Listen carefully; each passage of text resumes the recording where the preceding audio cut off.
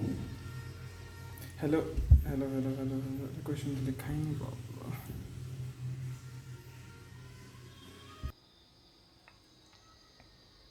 Okay so ये क्रोटोव S S क्रोटोव का question number 1.7 है.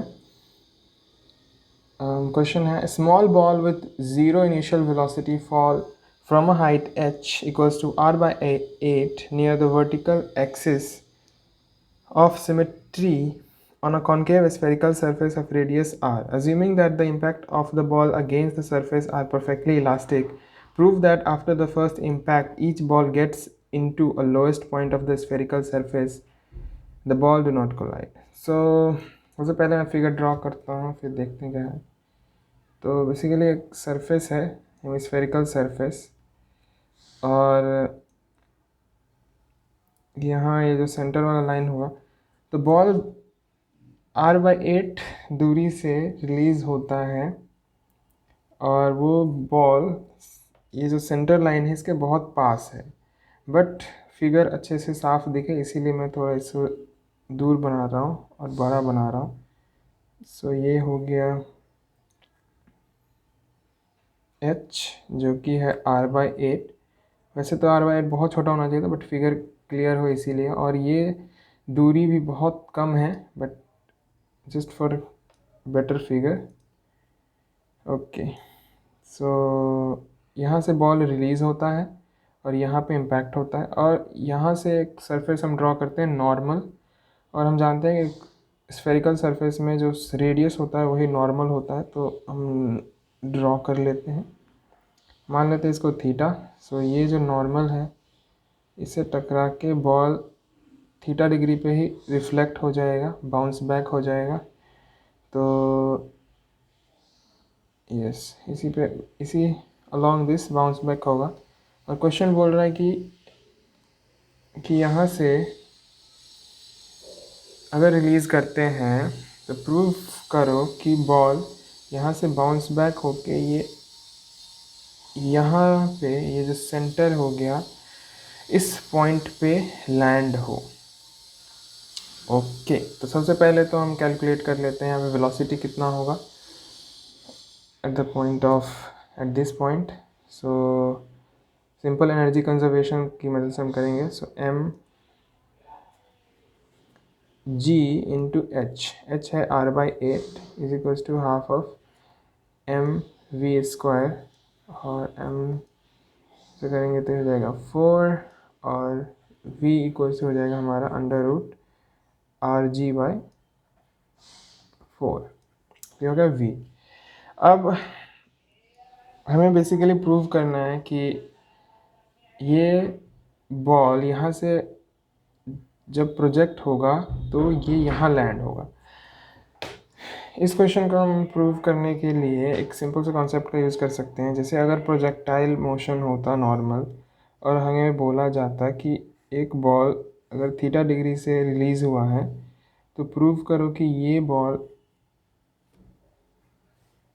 एल डिस्टेंस पे जाके लैंड करेगा. तो इसको प्रूव करने का तरीका सिंपल सा होता है कि पहले time of flight T, time of flight calculate कर लो, है ना. मान लेते हैं टी है. सो अगर हम टाइम ऑफ फ्लाइट इनटू इसका v दिया हुआ है तो ये मान लेते हैं vx. तो horizontal component of velocity vx अगर ये डिस्टेंस l के बराबर हम प्रूव कर दें तो तब प्रूव हो जाएगा कि ये ball after completing its projectile motion will land at l distance. सो इस क्वेश्चन में भी हम इसी कॉन्सेप्ट का यूज़ करेंगे. तो उसके लिए हमें सबसे पहले टाइम ऑफ फ्लाइट ढूंढना पड़ेगा. सो टाइम ऑफ फ्लाइट अगर देखें तो ये बॉल यहाँ पे अगर इस क्वेश्चन में देखें तो ये एक्चुअली यहाँ से रिलीज़ होके ये कुछ यहाँ लैंड कर रहा है. बट हमें क्वेश्चन दिया गया था कि ये बॉल ये जो डिस्टेंस है या ये दूरी ये बहुत कम है.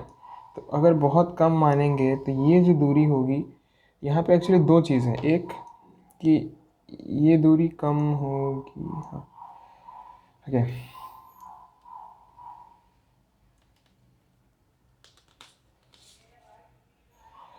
क्योंकि ये डिस्टेंस पास है, तो ये जो डिफरेंस है बेसिकली, ये डिफरेंस मान लेते हैं y, वो बहुत ही कम होगा। जैसे यहाँ पे अगर देखें उस फिगर के लिए, तो ये जो y है, ये बॉल रिलीज़ होके ये y बहुत कम होगा अगर ये बॉल, ये जो डिस्टेंस है अगर मान लेते हैं x, ठीक है, अगर x बहुत ही नियर है टू दिस सेंटर लाइन, तो y बहुत कम होगा,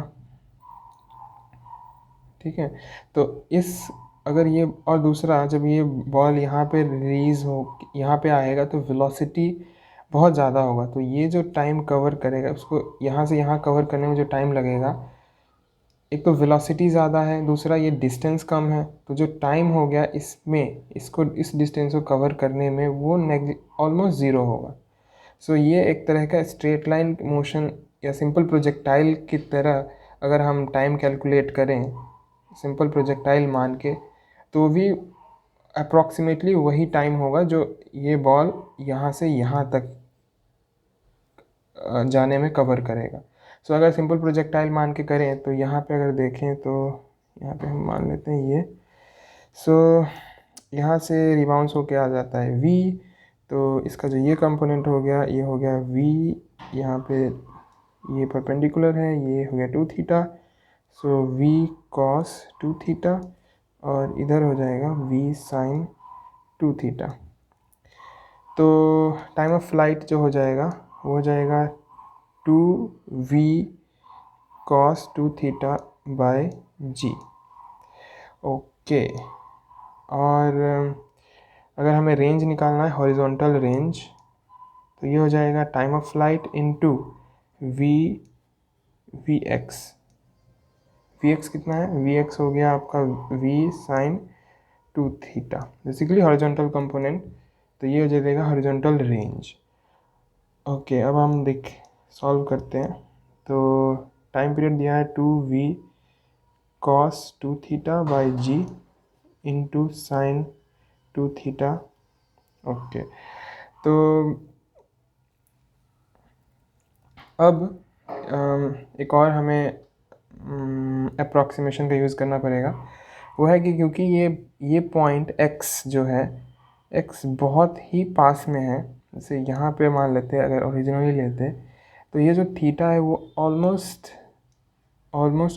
ज़ीरो के पास होता, और जब थीटा बहुत ही ज़ीरो के पास होता है या बहुत छोटा होता है, तो cos theta equals to zero हो जाता है। अगर इसको हम ब्रेक कर लें तो हो जाएगा 2, ओके, सो ये तो v है ना, हाँ, सो 2v² इंटू कॉस थीटा का वैल्यू हम अप्रॉक्सीमेटली 1 ले सकते हैं, तो इसको ऐसे रहने देते हैं, और साइन 2 थीटा की जगह हम 2 sine theta into cos theta, but cos theta again हम 1 अप्रॉक्सीमेटली 1 ले सकते हैं, और बाई g।